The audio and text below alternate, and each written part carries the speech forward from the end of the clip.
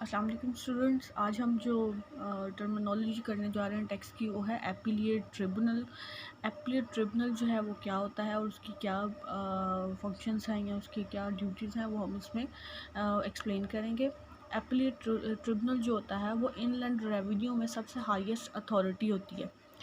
अगर कोई भी एक्टिविटी या कोई भी टैक्स का इशू कमिश्नर जो है टैक्सेशन सिस्टम के जो कमिश्नर होते हैं उनसे सॉल्व ना हो रहा हो, तो फिर वो जो डिस्प्यूट होता है वो एपिलिएट ट्रिब्यूनल के पास लेके जाया जाता है। इसका मतलब एपिलिएट ट्रिब्यूनल जो है वो टैक्स सिस्टम में सबसे हाईएस्ट अथॉरिटी है जो कि टैक्स सिस्टम को मैनेज करती है और उसमें जितने भी डिस्प्यूट्स होते हैं उनको सॉल्व करती है।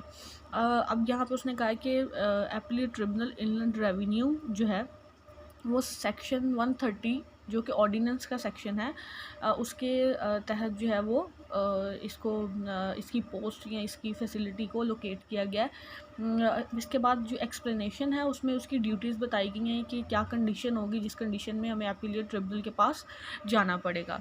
तो कहता है अगर कोई भी डिस्प्यूट हो जाए टैक्स पेयर या टैक्स डिपार्टमेंट के बीच में, ठीक है, तो सबसे पहले तो कमिश्नर को फ़ाइल सबमिट करवाई जाती है और फिर कमिश्नर से उसका जो है डिसीजन लिया जाता है। और अगर जो टैक्स डिपार्टमेंट है या फिर टैक्स पेयर है जो टैक्स अदा करना है जिस शख्स ने, या फिर वो डिपार्टमेंट जो कि टैक्स चार्ज कर रहा है, अगर उन दोनों में से कोई एक कमिश्नर के फ़ैसले से मुतमईन नहीं है, सेटिस्फाइड नहीं है, तो वो क्या करेंगे, वो फर्दर अपना जो फ़ाइल है वो किसको ट्रांसफ़र करेंगे, एपिलिएट ट्रिब्यूनल को। और एपिलिएट ट्रिब्यूनल जो है वो जो डिसीजन मेड करेंगे उसके बाद वही डिसीजन फाइनल जो है उसको कहा जाएगा।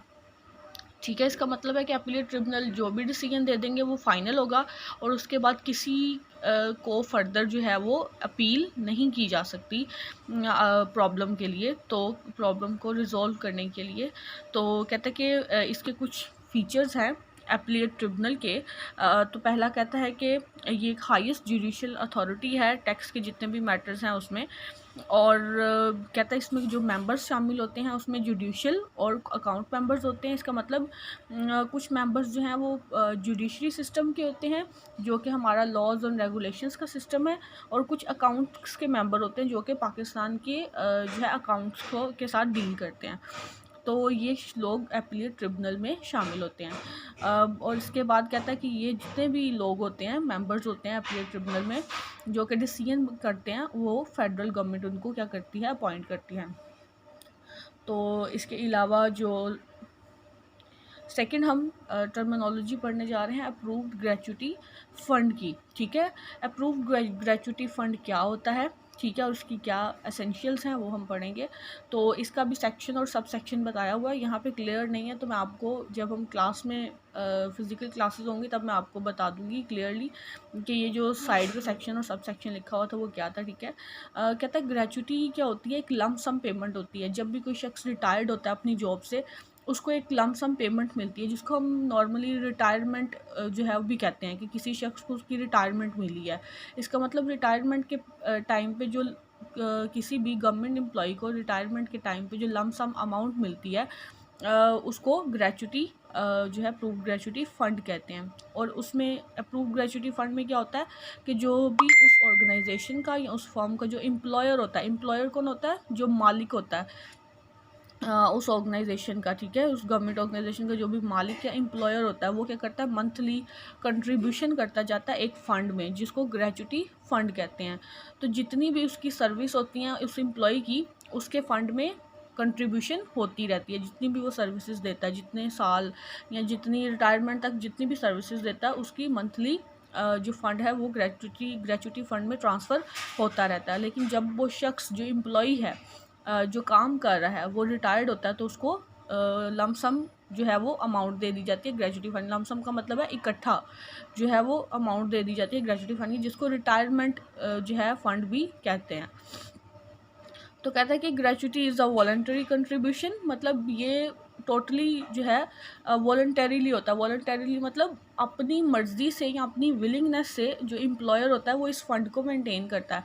और ये फ़ंड इसलिए मेंटेन किया जाता है कि जो एम्प्लॉयज़ होते हैं उनके लिए एक अट्रैक्शन भी होती है कि ये जो ऑर्गेनाइजेशन है ये पेंशन कह रही हूँ, जो रिटायरमेंट फ़ंड है वो देती है, तो एम्प्लॉयज़ के लिए भी एक अट्रैक्शन होती है कि इस ऑर्गेनाइजेशन को ज्वाइन किया जाए, जो कि ग्रेचुटी फ़ंड मेंटेन करती है। तो कहता है कि एम्प्लॉयज़ की एफिशिएंसी को, उनके काम करने की इस्तेदाद को बढ़ा देता है। डेफ़िनेटली जब आपको पता हो कि जब आप रिटायर्ड होंगे और आपको एक लम सम अमाउंट, बहुत बड़ी लम सम अमाउंट मिलनी है और उसके बाद पेंशन भी मिलनी है फॉर लाइफ, तो जो एम्प्लॉयज़ होते हैं वो ज़्यादा मोटिवेट होते हैं। कहता है जो इनकम टैक्स ऑर्डिनेंस 2001 है, उसमें जो ग्रेचुटी फ़ंड की डेफिनेशन है, उसकी कुछ एसेंशियल्स बताए हैं। सबसे पहले कहता है कि ये एक कंटिन्यूस कंट्रीब्यूशन है एम्प्लॉयर की तरफ से, मतलब जो ऑर्गेनाइजेशन का मालिक है एम्प्लॉयर, वो इसमें इस फंड में कंट्रीब्यूशन करता है, ठीक है। और ये जो फंड है लमसम, मतलब इकट्ठा सारे पैसे इकट्ठे जो है रिटायरमेंट के वक्त किसको दे दिए जाते हैं, एम्प्लॉय को दे दिए जाते हैं, employee at the time of retirement. और अगर उस एम्प्लॉई की डेथ हो जाए तो वो जो ग्रेचुटी की अमाउंट होती है उसके वर्सा को या उसकी फैमिली को दे दी जाती है।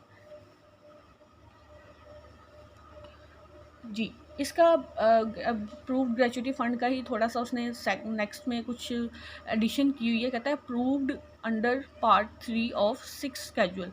6 स्केड्यूल में जो अप्रूव्ड फ़ंड है ग्रेचुटी का, कहता है उसमें कुछ उसने एडिशन की है।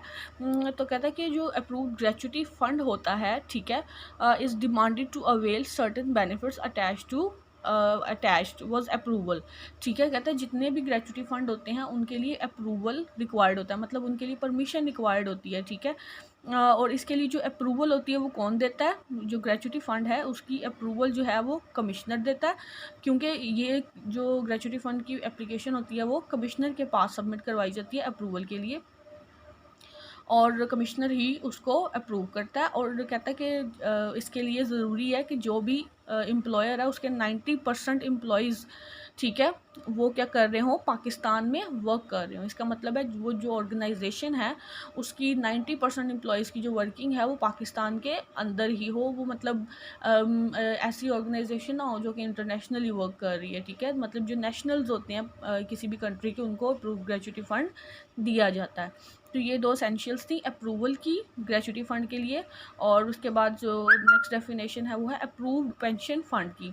जब भी कोई शख्स रिटायर्ड हो जाता है तो एक तो रिटायरमेंट फ़ंड मिलता है उसको ग्रेचुटी की सूरत में, और उसके बाद फॉर लाइफ उसको मंथली एक पेमेंट इंस्टॉलमेंट की सूरत में या एनुटी की सूरत में मिलती रहती है, जिसको वो पेंशन कहते हैं, ठीक है। अब कहता है अप्रूव्ड पेंशन फ़ंड जो होता है वो securities and exchange commission of Pakistan एक इदारा है जो कि क्या करता है, इस फ़ंड को अप्रूव करता है, ठीक है। और ये एक voluntarily pension system rule 2005 pension system rule 2005 है, जिसके तहत जो है पेंशन फ़ंड जो है वो एस्टेब्लिश किए जाते हैं and manage by a person pension fund manager registered with the SCP, ठीक है। और जो एससीपी क्योंकि इस सारी चीज़ों को रेगुलेट करता है तो वो एक फ़ंड मैनेजर जो है वो रखता है, जो कि इन सारे पेंशन के जो रूल्स एंड रेगुलेशंस होते हैं या जो मेंटेन करने का तरीका होता है उस सबको डील करता है पेंशन फंड मैनेजर, जो कि एससीपी के साथ अटैच होता है। And voluntarily pension system rules 2005, ठीक है। और पेंशन रूल सिस्टम 2005 जो है उसके तहत ये सारा प्रोसीजर हो रहा होता है। That is it for the day. Thank you so much.